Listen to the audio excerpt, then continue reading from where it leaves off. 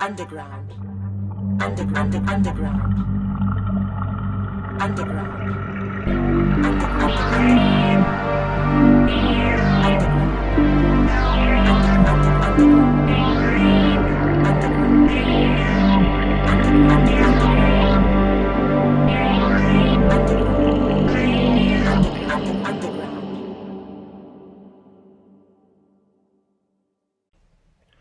Greetings, surface dwellers. My name is Michael, and these are my chthonic musings.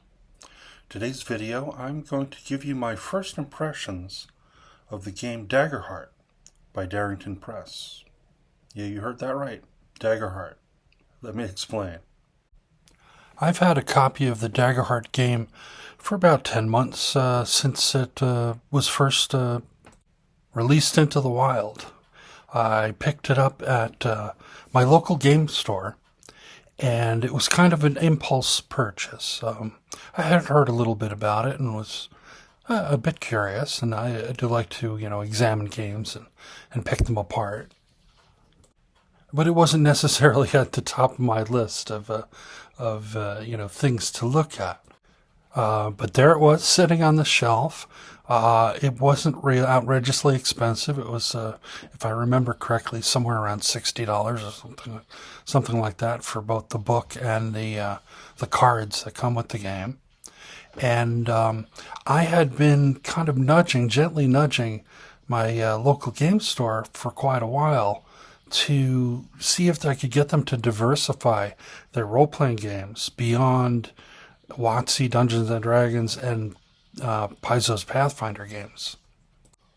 And lo and behold, here they had on the shelf, several copies of a game that is put out by an independent company, an independent publisher. So I said, what the heck, and I picked it up. And from that point forward, I've been, looking at it periodically, and what's kind of interesting is that sometimes I'll look and see some things and say, oh, that's kind of interesting, and other times I'll totally bounce off of it. It's like, nope, not happening. Over the past couple of months, I've been running some games periodically for family members, specifically my son, my daughter-in-law, his wife, and my daughter-in-law's younger sister. And I've been running in Daggerheart for reasons that are probably almost as impulsive as the reasons I chose to buy the game. I've talked before about the setting of the 1979 TSR war game Divine Right, and how much I enjoy it. And in fact, it's the only setting that isn't my own, of my own creation, that I've ever actually based my own games in. And considering who I was going to be running these games for, particularly my daughter-in-law and her younger sister, I decided that I was going to base this campaign in Mineria, in the Kingdom of Nuth, also known as Elfland, in a Sylvan/Elvish themed campaign. And I talked about this a little bit in my video on mounts and wagons.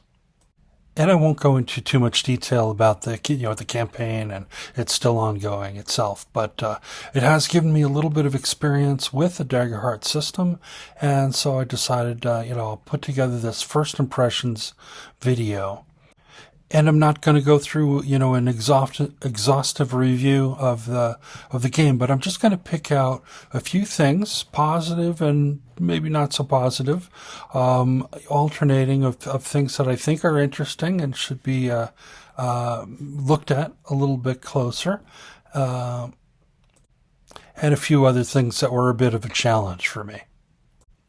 So the first thing I'll talk about, which I consider to be a bit of a positive, is something called campaign frames within the back part of the Daggerheart rulebook. This is not a new concept. I'm sure many people have been doing things, and I myself have done similar types of things of writing up a pitch in a campaign. This is what I'm thinking of. It's going to be like. And sometimes, sometimes writing it down and think, being a little formal, or sending an email or something like that. And some of it, a lot of it, in my case, just kind of verbal, but it's a good idea, and I'm glad that they included it, in this book. There are, I believe, 6 different campaign frames, within the book. Because the game itself, without these campaign frames, has no particular default setting. But saying that, this is not Daggerheart is not a generic system. It's not GURPS. It's not basic role playing, where it's just the rules, and then you have to build a setting around that. They have fully formed in their rules, abilities and spells and ancestries, and such. But having said that, they also don't have a very specific. It's not tied to a certain setting, like Hyperborea is tied the game rules and the setting together. So these included campaign frames give different ways to approach the game. Each campaign frame has a title, also a concept, the pitch, and later on an overview, which really are just different lengths of the same type of thing. Just giving it a name. Like concept is like one sentence. What is this campaign basically about? The pitch is a little bit longer, maybe a paragraph. Explaining in more detail, but along the same lines of what is this campaign, and then the overview is even longer, maybe a page of explaining the campaign premise. The next parts I think are important for any game system when you're pitching a campaign, unless, like I said, if the game has a default that you already know. Playing this game, you know exactly what you're going to be doing, what the game is about. Otherwise, if it's you're going for a very specific type of campaign, tone and feel, themes, and what they call touchstones can be very helpful.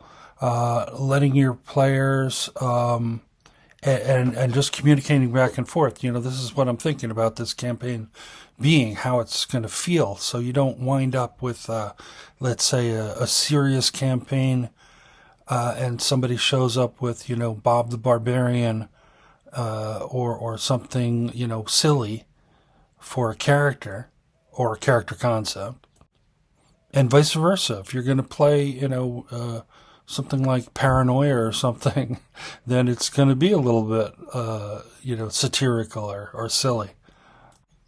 Then there are themes about, the types of things that are going to be in the campaign. So you could just be, flat out say, if you're going to be running basically a mega dungeon campaign, it's going to be, okay, we're going to be doing dungeon delving primarily. And then, maybe you go back to town to resupply. And, in your campaign frame, you can really say, how important is the going back to town? Is that just going to be an offline kind of downtime activity, or are you going to be playing that out at the table, or is it just going to be the dungeon delving? Conversely, if you're going to have a lot of different things, you're going to be traveling, and there's going to be political intrigue and a lot more faction play and things like that. Spell that out in the campaign frame. The touchstones are kind of interesting. Very similar to grognards like me back, in the day with our Advanced Dungeons and Dragons first edition, and coming upon, Appendix N in the Dungeon Master's Guide, and just a list of, primarily books at that point that are, these are the types of fictions that influenced, the feel of what this game is going to be like. And today it's probably going to be less books, more movies and series, streaming shows, animes and things like that. Also video games. A lot of the transmission of culture is through video games. And then we come to some of the parts that I really thought were very important. And that is that even though there are, the game is designed with certain classes and ancestries and what have you, you can, within the campaign frame, spell out, what's appropriate for this campaign. You don't have to have... what they call heritage is really a mix of the ancestry, what we used to call a class, and the type of community. Whether it's an urban environment, what they call highborn or lowerborn, or the types of things that would affected your character's background. You can include, exclude, or modify any of those things to tailor it to the campaign you want to put together. So even though there might be, I don't know if there's 9, 12, however different many, ancestries they have. But if you want to run a campaign that's humans only, you could do that. If you want to do humans, elves, dwarves, and halflings, that's fine. If you want to do something other than that, or if most of the campaign frames, I will say in the book, say it includes all of the heritages and all of the classes. But the important part to me is you don't have to do that. Then they also have sections for player principles, GM principles, and distinctions. Just guidelines about, what the typical type of play in this type of campaign would be like, and what are the players, what are the players doing, and what are the GM, how they're interfacing with the game. Distinctions is just like, what makes this campaign different. So if you were to put together a campaign that was kind of like, old school Advanced Dungeons and Dragons or Hyperborea or Adventure Conquer King system, where you're starting out just looking for opportunities to get gold, to get power. You start out as the adventurer, and then make your mark in the world. As a conqueror, king. You're maybe get your own domain and build a tower or a keep or something like that. The player principles and the GM principles would kind of help you along, but what that is going to look like during play and what types of things are going to happen. And then we get to the to what may be the main thing here, custom mechanics. This is inviting homebrew. And in fact, they have a separate document that's free to download from the Daggerheart website called the Homebrew Kit, which goes over even making up your own classes and races and what have you. But I think this is vital to me, because this is explicit permission from, even an expectation that all the different rules can change to fit the campaign.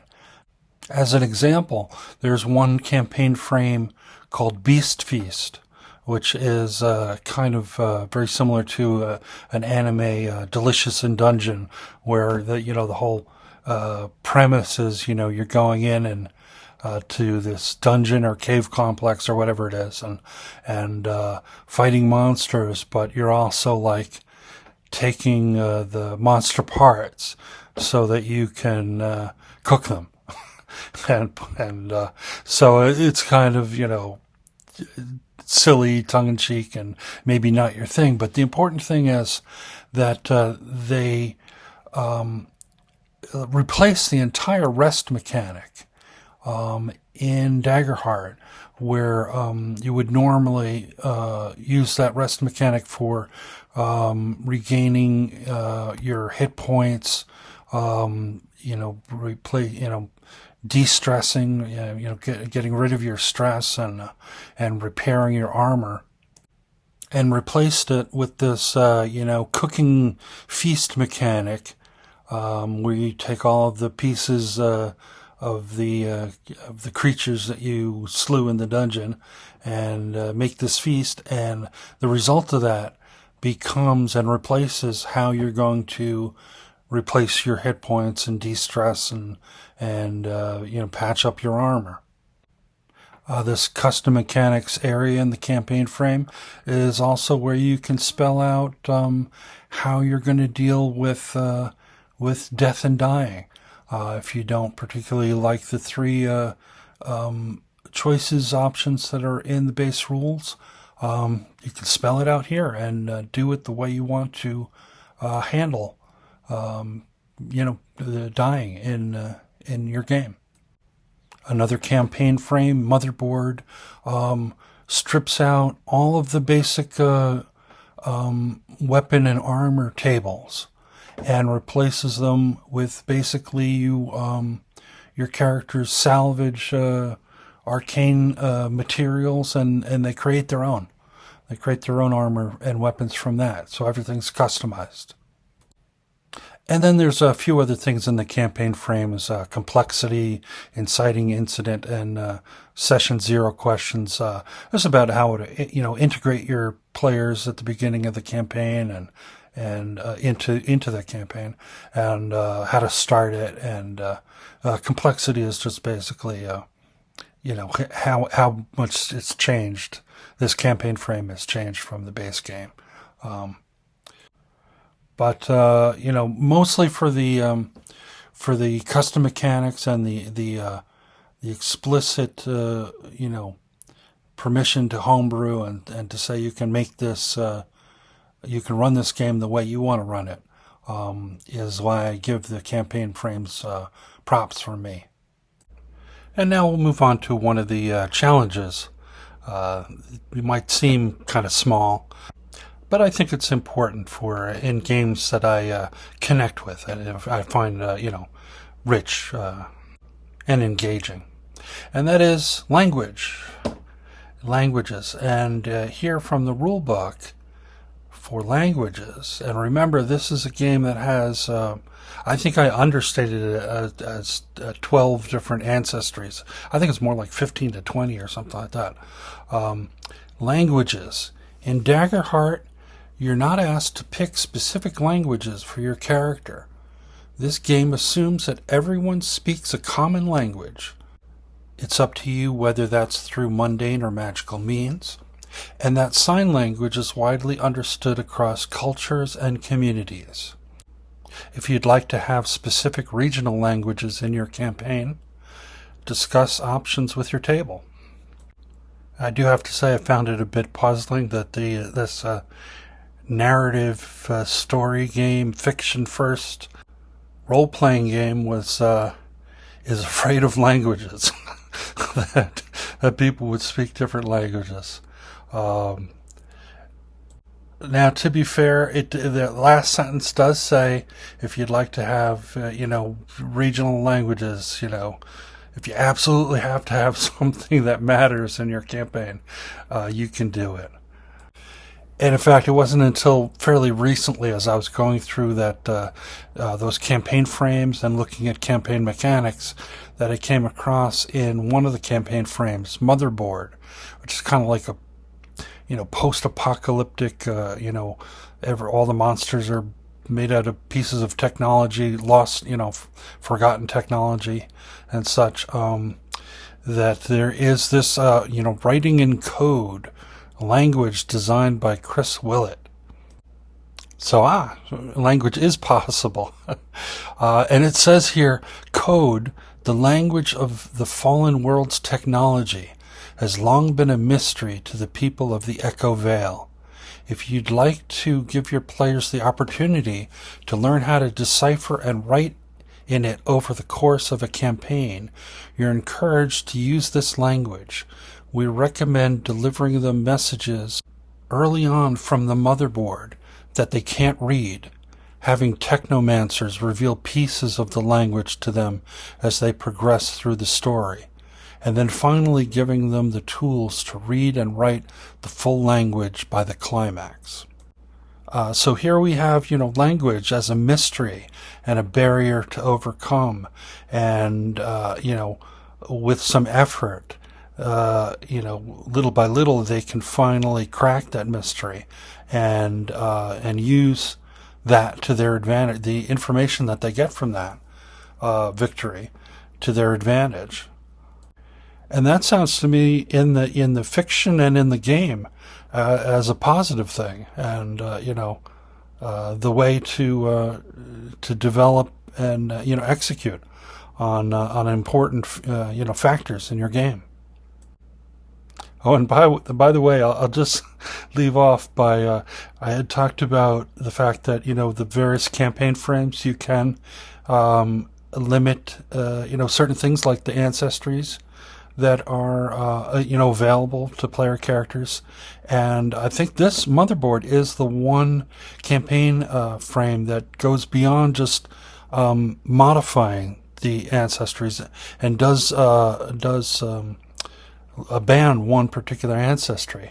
It happens to be what they call the clanks, the robot people, because evidently having like a robotic, Gordon Ramsay in your Beast Feast campaign is legit, and it's perfectly fine to have robotic cowboys, fighting kaiju in the desert in the what is it called, Colossus of the Wastelands. But having a robot character in a post-apocalyptic, world of tech, it's littered with, technology, that's crazy talk. And now let's talk about an interesting design mechanic in Daggerheart, environments. According to the game, environments represent everything in a scene beyond the PCs and adversaries, such as the physical space, background NPCs, and natural forces. And these environments have stat blocks, very much like, traditionally monsters and, other adversaries might have in games.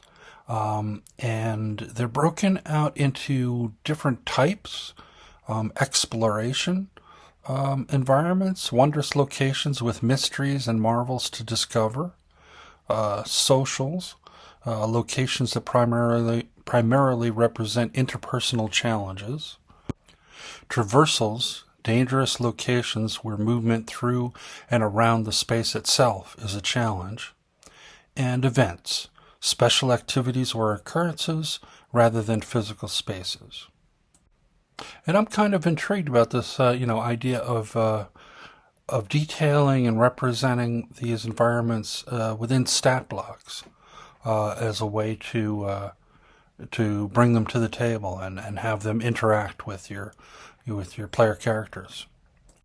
These environments can have various features that either react, when the players do something, then this is the reaction from the environment, or they can be invoked by the game master.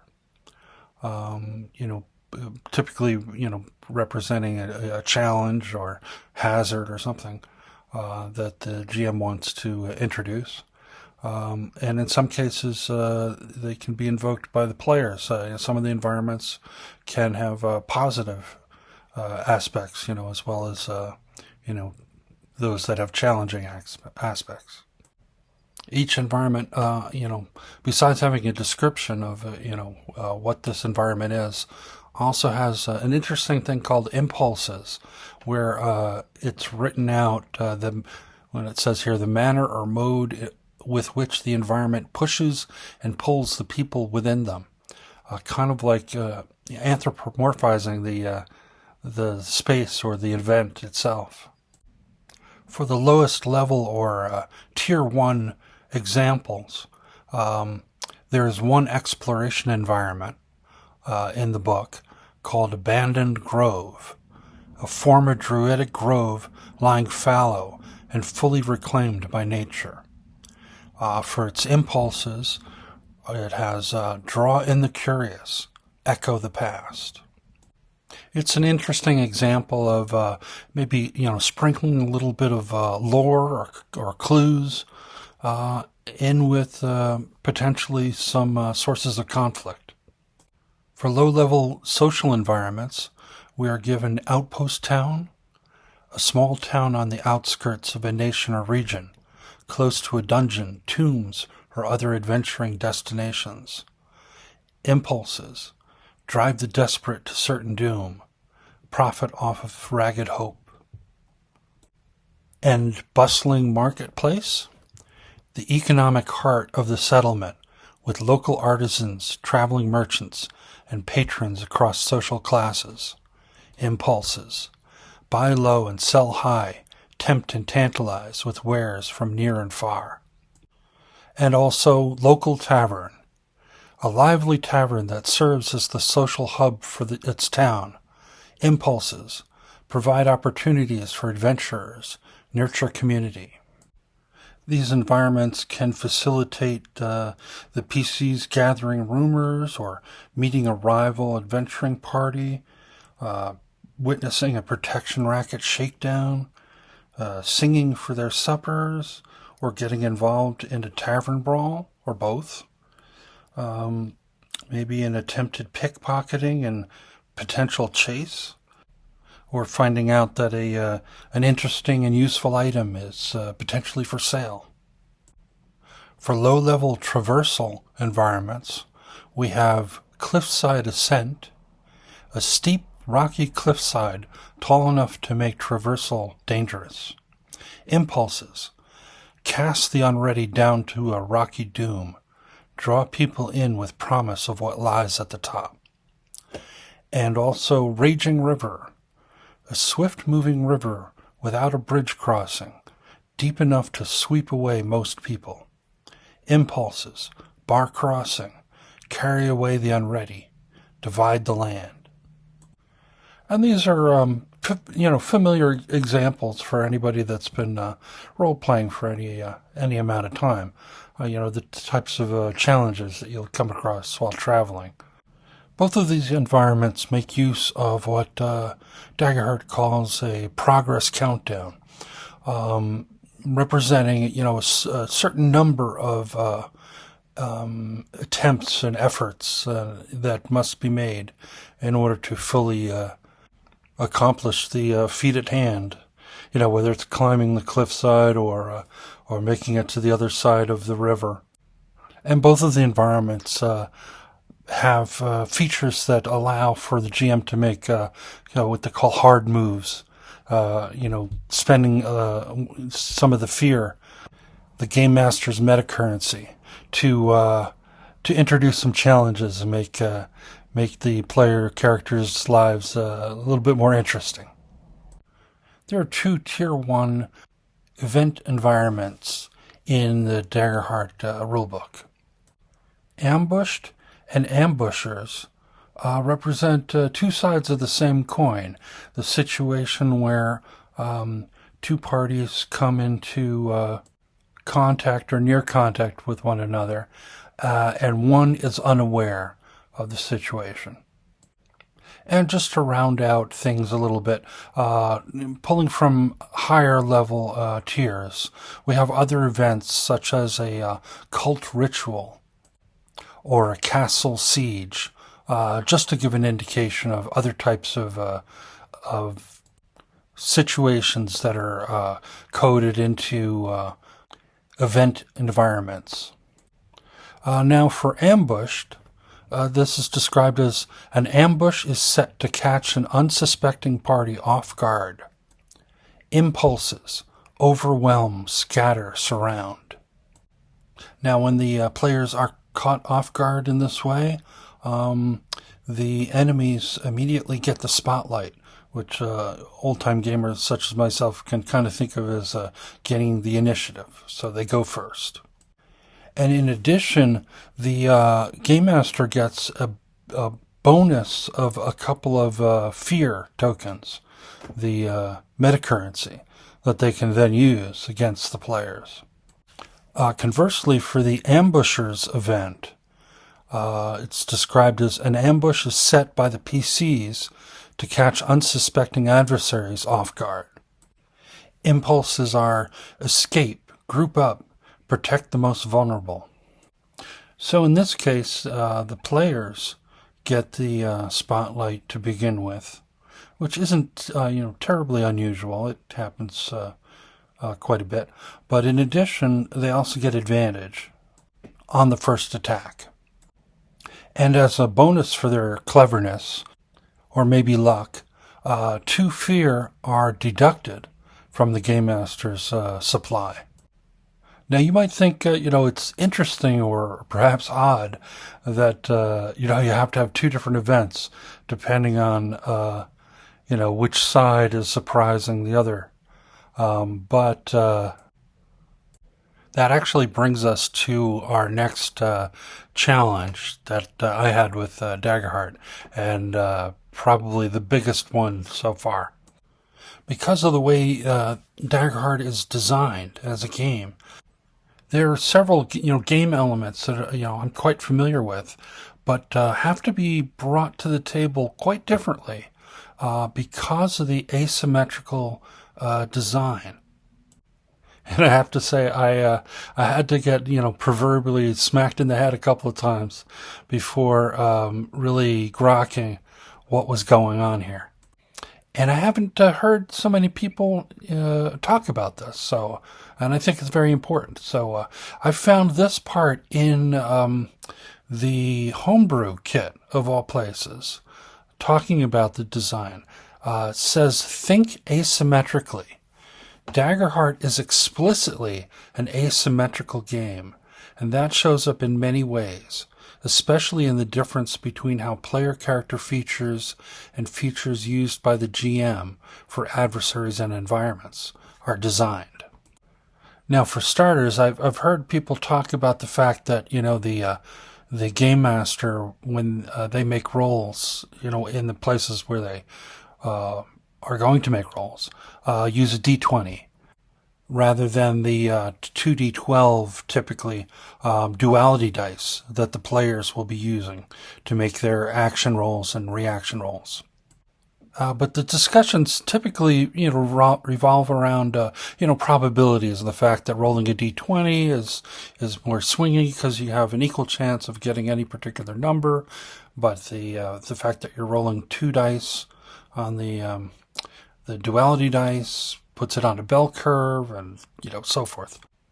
And that's all well and good and true.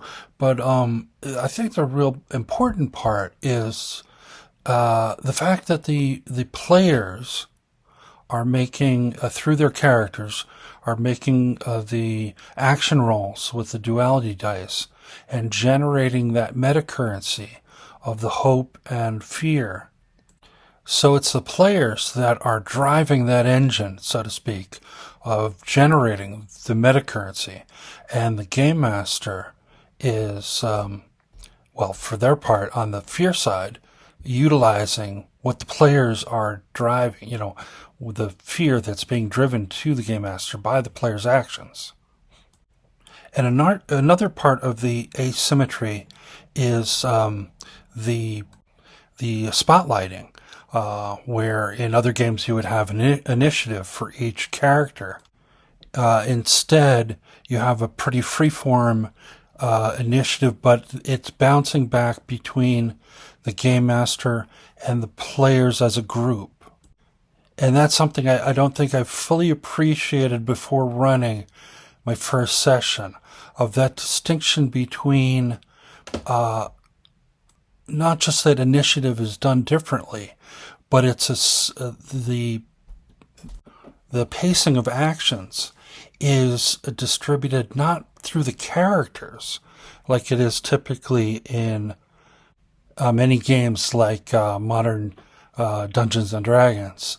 And even in going back, let's stick with Dungeons and Dragons for a little bit. Even in the older games, now you might have had side initiative where all the player characters go and all the game master, the dungeon master's monsters go. But even that is it's through the characters.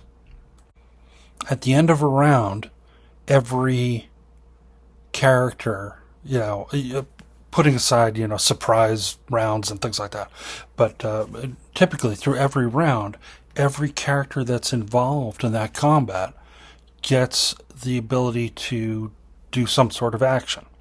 Not so here. This is, we're talking about not the characters, but the players. And the game master is a different player in this game. And they're doing it asymmetrically. When the players have the spotlight, they can choose what to do.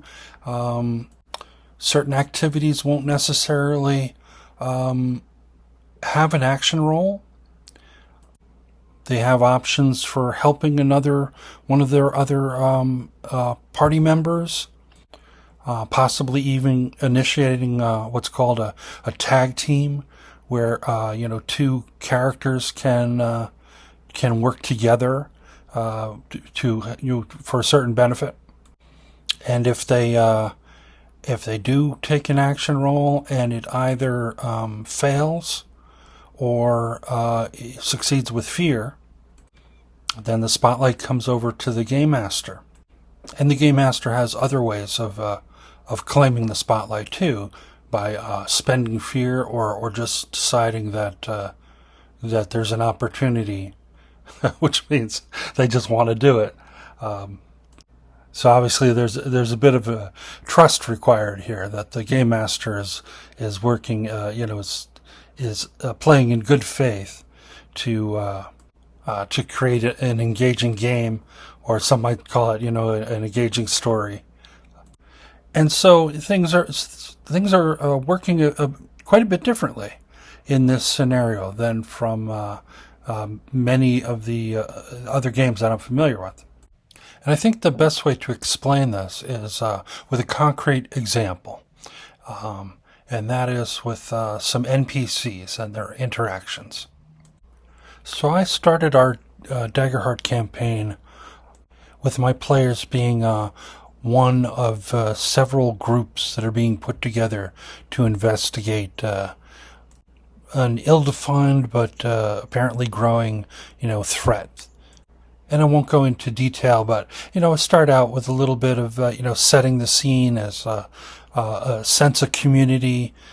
They're starting out kind of on the frontier, far away from the capital city. But it's a little bit of, keep on the borderlands in reverse.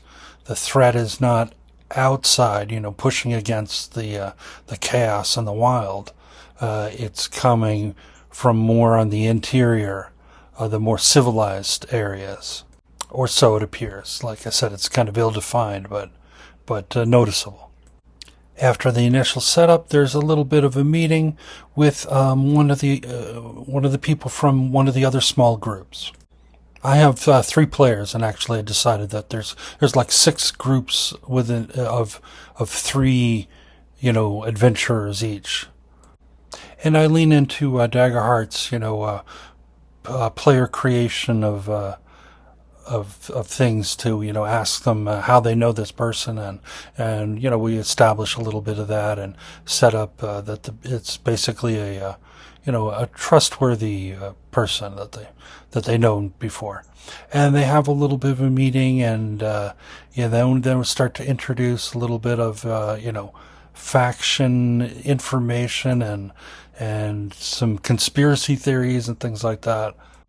So starting to develop some ideas of an usness and a themness, but unconfirmed. So we have a little bit of the tension of mystery. Then my plan was to take an idea from another Daggerheart adventure put together by one of the people that did design work on the game, Mike Underwood. It was called The Marauders of Windfall. It's not the adventure that they promote as the beginning adventure, but I guess it was used for playtesting before that. But it seemed interesting, and I really just took the first part of it, which is, to start the adventure with a battle. The Marauders adventure was started with a battle with a wyvern on a skyship. And I just modified it slightly so that the wyvern became a lindworm, so no flying, but able, a decent climber. And our battle takes place on a balcony of a tree-based structure, building-ish, kind of, a treehouse, if you will. A little bit unexpectedly, one of my players ended up, before I could launch into this attack, going to look for somebody and failed the roll, which worked out fairly well, because otherwise this could have gone in a different direction. And I'm absolutely the kind of game master that will just let it go in whatever direction it's going. But then it comes to a good spot. I launch it.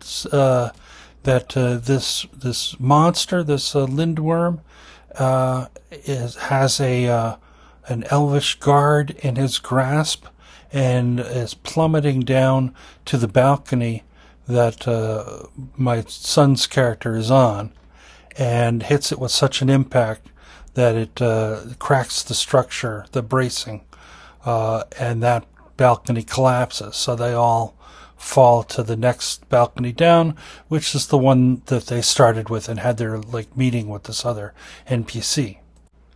And that's all exciting and gets everybody back together to have this fight, test out a little bit of the combat in Daggerheart, and so that begins. But what I didn't really account for is I now had the adversary, this lindworm, and my player characters, and two NPC characters that were not adversaries. And I soon came to see the problem with this, and that is I had no way of activating or moving or doing anything with these two NPCs. Now I had statted them out using the adversary, because I knew that you can't, only the player characters can create characters using the player character generation. That much I pretty much was able to understand, but beforehand. But then after passing off the spotlight to my players, and they were taking some actions. When the spotlight came over to me, I was really kind of trying to think on my feet. So I didn't know exactly what to do, but I had the elf guard, who was still alive at the time, draw a dagger and prepare for an attack. And then I just switched over to the lindworm and had the lindworm attack the elf guard that was in its grasp. And this was also a little bit out of sorts, even though I didn't feel it at the time, because I've got one NPC attacking another NPC. So it's basically just like a narrative kind of thing, in that I'm not attacking the player characters. But anyhow, I made the attack, and it was connected, and a lot of damage was done.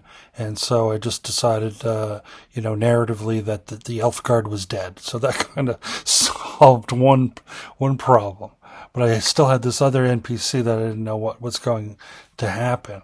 And luckily, the next thing that happened is my son's character has is playing a bard and has I forget what the name of it is, but it's like a forced movement ability, like a force push kind of thing, and ended up pushing the lindworm off of the balcony and down after a fairly substantial fall, but onto the ground.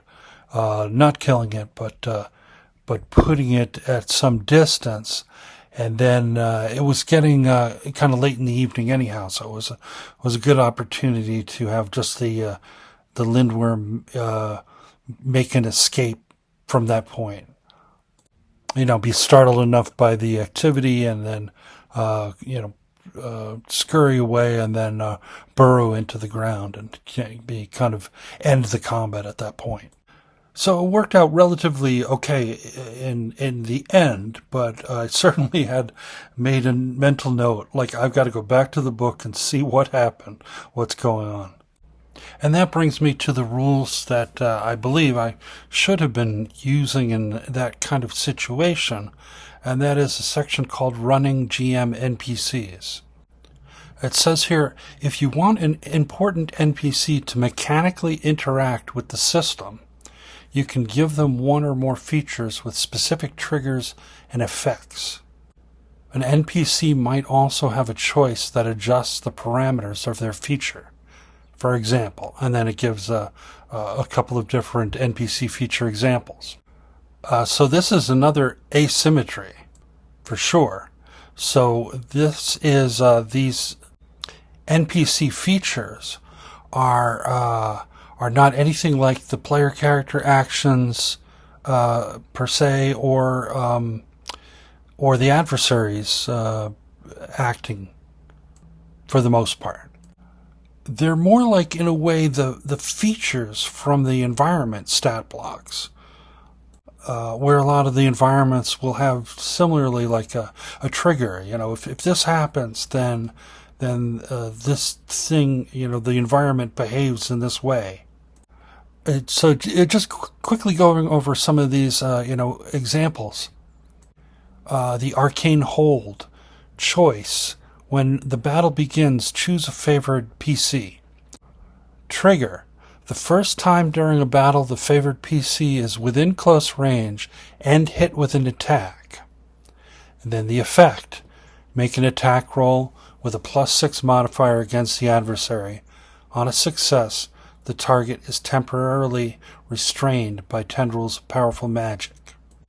So here we have the method of activation. We have this trigger, and that's what's going to cause the me as a game master to say, okay, and explain that this happens, and the effect. And this arcane hold could be a druid, let's say, that's summoning vines that are these tendrils, or they could be some sort of other eldritch magic from some sort of wizard, or it doesn't even have to be a person, it could be something else, which really makes, like, how is this happening, just like the flavor. It doesn't. I guess what I'm trying to say is that you're not like starting with, oh, here's a person and the person is making choices and doing things. You're starting with the effect and then just flavoring, how that happens back from that. So it takes a little bit of a mind shift, and as a dirty simulationist, if you will, this kind of gives me like Potemkin Village vibes, and like somebody's trying to psychologically manipulate me. But I'm going to see if I can work with it and work with this game on its own terms, and see how it turns out. And I've got a lot more thoughts and ideas and things to say about this, but for a first impression, I think I've said enough, and I'll leave further details for other videos. And I'll finish up here talking about an interesting mechanic, the Duality Dice in Daggerheart. Two types of rolls in Daggerheart are one of the major ways of resolving the results of player character actions using what is called action rolls, and also of player characters resisting something happening to their character by way of similar reaction rolls. Now, I'm not going to focus on all the ways that things can be adjudicated, because after players describe what their character is doing, the game master can just assume that happens and proceed with narration from that point. Like, for instance, the player says, my character walks across to the other end of the room. No roll is required, and the game master just picks up with what they see or what happens once they reach the other end of the room. Similarly, if an attempted action is not possible, the game master just explains that. Play picks up from that point. Also, the game master can allow something to succeed, but negotiate a cost with the player and say, okay, you can do that, but this is what it's going to cost you, and allow the player to make that decision. No particular roll is required for that. Now, focusing on the action rolls and the reaction rolls, both of these types of rolls use what Daggerheart calls the Duality Dice. These are two dice, readily distinguishable from each other, typically by using different colors. One is designated the Hope die, and the other is the Fear die.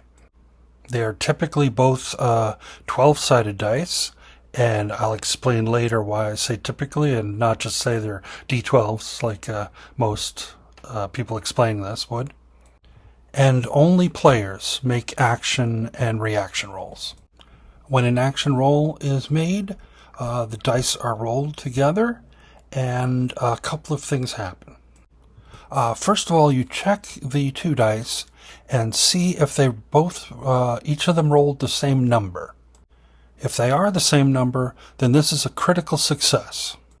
Now, you're generally trying to roll high for this roll, for the sum of the two dice. But in the case of the critical success, it doesn't matter what numbers they are. They could be a 1 and a 1 on each of the die, a 12 and a 12. It doesn't matter. As long as they're the same number, it's a critical success. If it's not a critical success, then yes, indeed, you take each of the numbers, add them together, and you get the result of that roll, which will help you determine whether it was successful or failed roll. And like I said, you're trying to roll high. You've got a certain number that you're trying to get on the dice, and other modifiers will be added to that, but I'm not going to focus on that for now. So let's just say, like, if in total you're trying to get a 15 of your result, and you've got a +2, you need to roll 13 on the dice to succeed. And just to go over quickly, since you're rolling two dice, there is a bit of a bell curve here. Your most common or probable result of the sum of the dice for two 12-sided dice is a 13. The lowest result from just looking at the dice would typically be a 2, and up to 24. But given the fact that doubles are always critical successes, the only way you can get a 2 is if both of your dice each have a 1 on them. And so that's taken out of the pool, because that would be a critical success. And so you don't even get to the point where you're adding them up to figure out whether it's what you needed to succeed. Similarly, the 24, the only way you can get to that on two 12-sided dice is if each of the dice have a 12 on them. And they would be out of the pool, because that would be a critical success as well. So really, if you've gotten to the phase where you're adding up the dice to figure out if you succeeded or failed, the lowest roll is actually a 3, and the highest roll is actually a 23. The reaction rolls work similarly. Also, having the same mechanics for determining a critical success or what the total result of the dice are.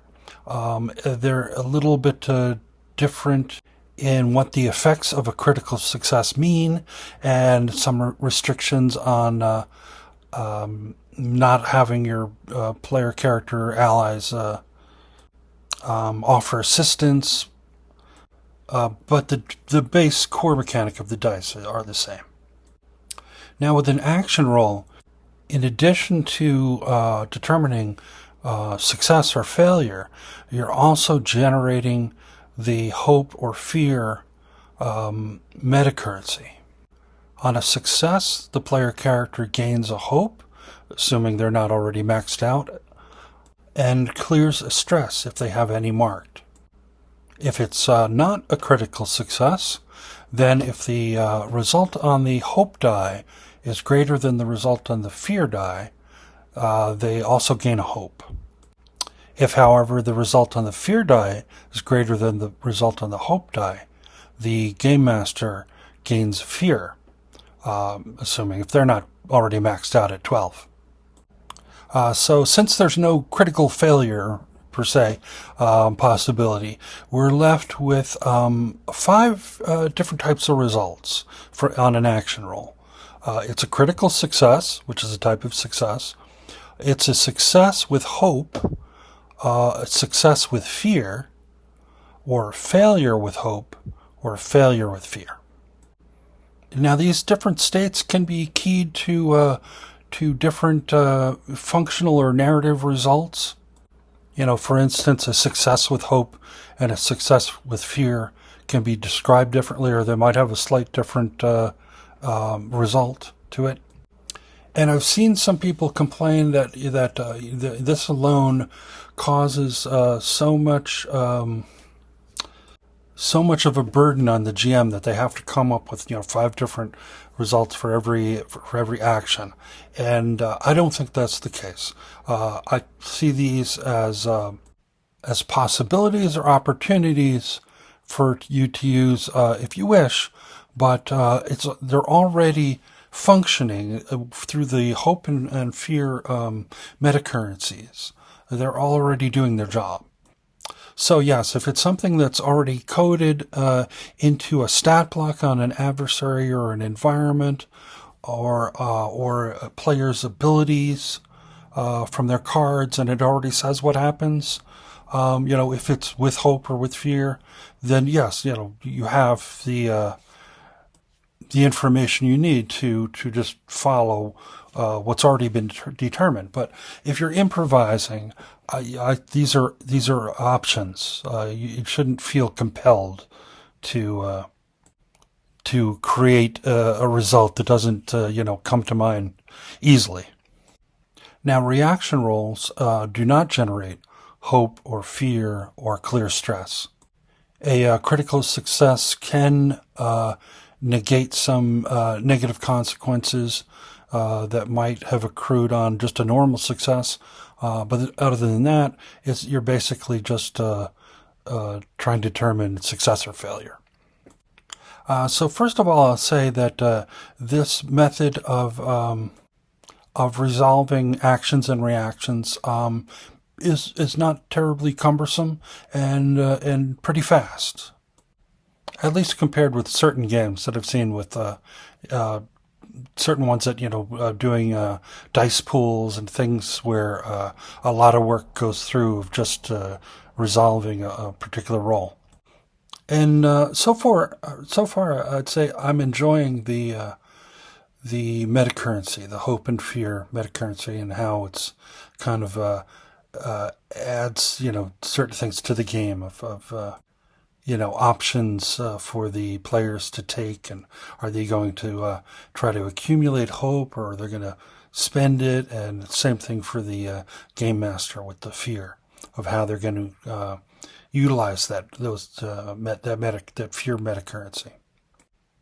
Now, getting to that point where I said that the duality dice are typically 12-sided dice, this kind of came to my attention watching the 8-episode live stream of the Age of Umbra by Critical Role. The Age of Umbra being one of the campaign frames within Daggerheart. And if my memory serves me correctly, there is a part during that where one of the players' fear dice is changed from a D12 to a D20. And that caught my attention because I was like, what? And I hadn't seen anybody that reviewed Daggerheart, mention this type of thing. And I hadn't seen it in the rules. And I'm always looking for like different, knobs to turn and things like that in games. And this was like, oh, this is quite interesting. And also, if I'm not mistaken, there's another section where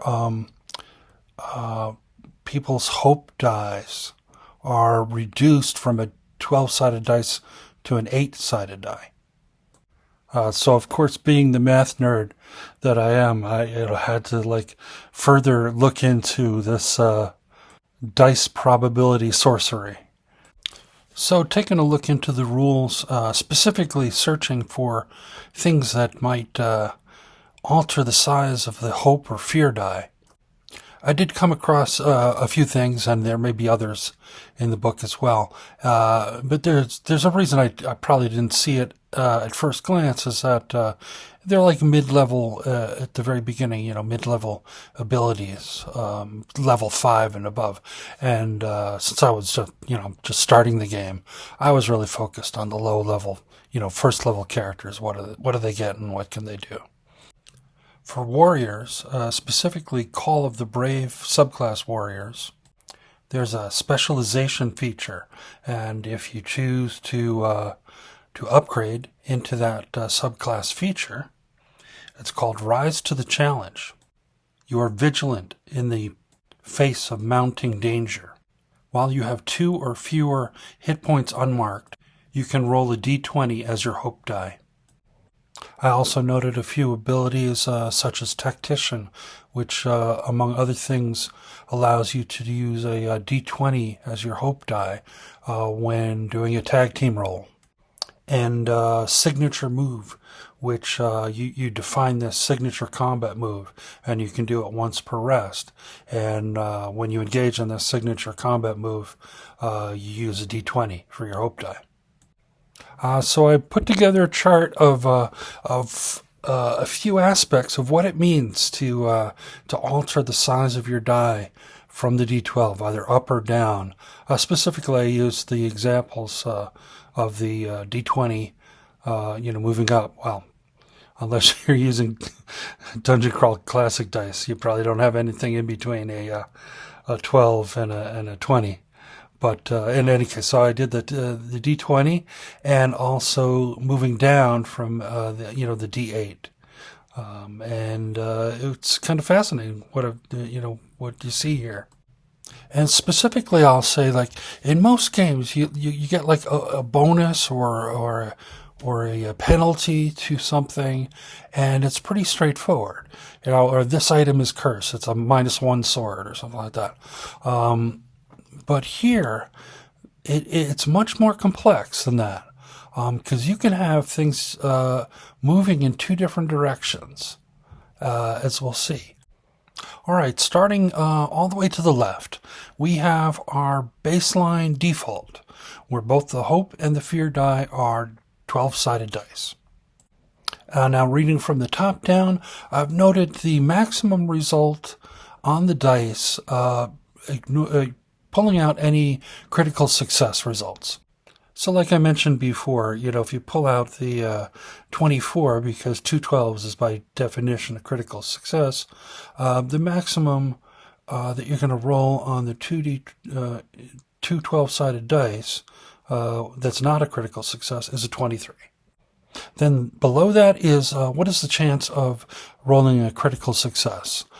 For two 12-sided dice, the answer is it's a 12 out of the 144 possibilities, or it's the same as 1 in 12, or 8.33%, rounded, of course. And below that, I'm showing what is the chance of getting a certain number or better on the dice alone, and including the fact that better always includes all of your critical successes. So our baseline is if I need to get an 8 or better on the dice themselves, under normal, D12 circumstances, 87.5%. If I need a 13 or better, 58%, 0.33. If I need an 18 or better, I've got a 25% chance of coming up with that on the dice. If I need a 23 or better, 9.72% on the dice. And just to reiterate, we always have a floor of whatever that critical success percent is. Because no matter what the target you're going for, you need 100 or better. If you get a critical success, you succeeded. Now, my example may be a little absurd. You say, like, the game master shouldn't be calling for a roll, and just say, that's impossible. And yeah, that's right. But I'm just doing it for the math purposes. I want to be very clear, though. Now, what is the chance of generating a hope on this roll? This includes all of the critical successes, all of the successes with hope, and all of the failures with hope as well. And the answer turns out to be 54.17%. A little on the plus side of the half. And conversely, what is the chance of generating a fear from this roll? And this is the success with fear and the failure with fear. And not surprisingly, it's a little bit less than the 50%. It's 45.83%. And if we move one to the right, we can see our first example.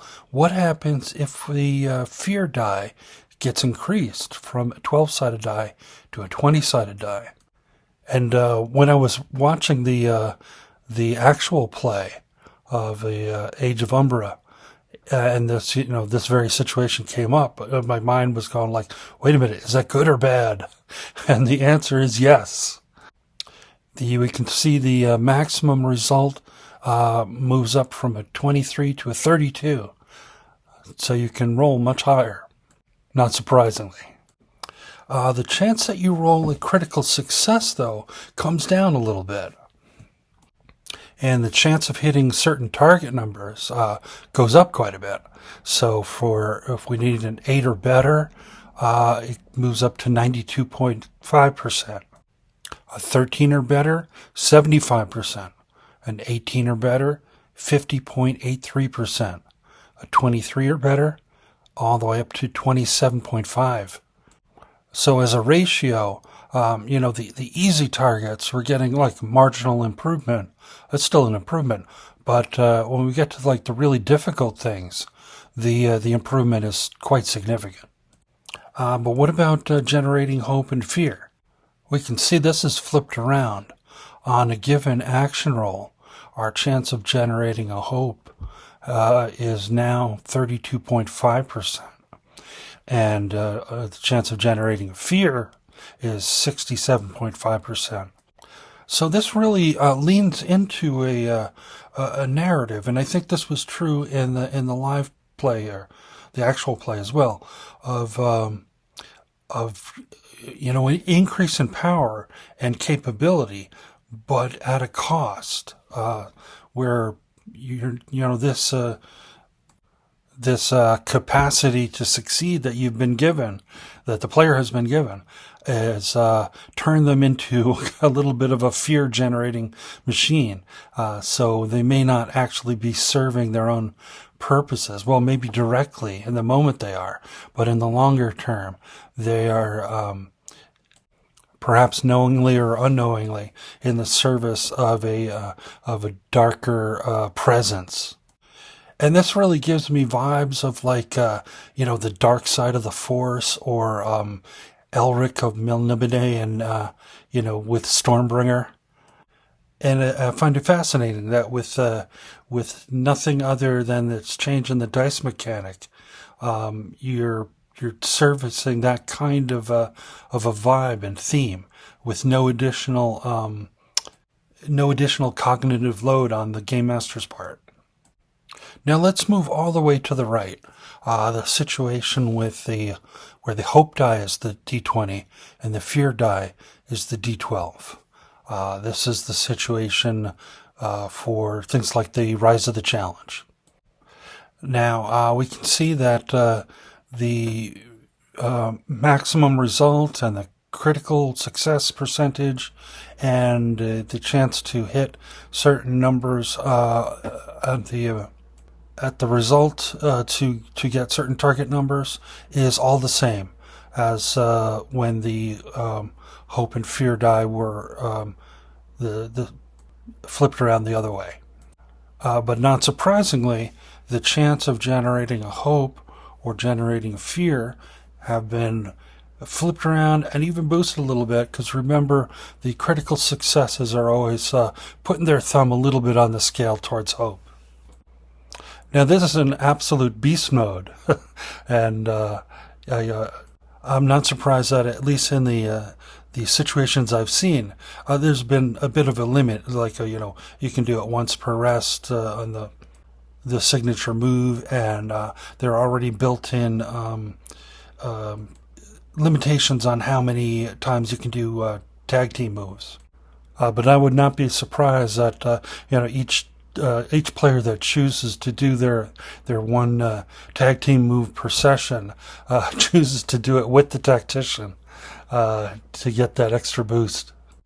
And for the Call of the Brave Warrior, doesn't seem to have that X number of times per rest or what have you, but you are pushing your luck if you're getting your hit points down to 2 or less unmarked hit points. So there's a bit of inherent limit right there, just in the situation. Now let's move one to the left from there. What if the fear die is the normal 12-sided die, but the hope die is constrained down from the D12 to a D8? And I think this was one of the other situations towards the very end of the Age of Umbra. I think in the 8th episode, at the very end, the hope dies, their hope dies were constrained. The maximum result moves down to 20. The critical success percentage is interestingly enough 8.33%, so unchanged from our baseline. Our ability to hit target numbers is somewhat degraded from the baseline, more pronounced in like you need a 13 or better or an 18 or better than it is at the lower and higher extremes.